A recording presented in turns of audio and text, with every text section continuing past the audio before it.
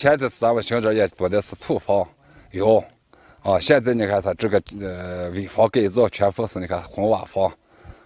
你看原前的路是土路，现在你看它改成是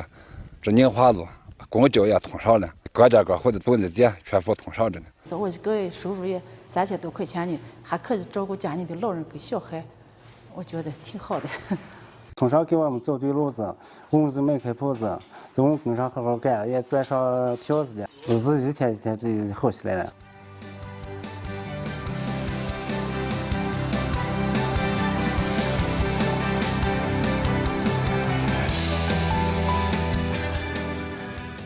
国家政策有，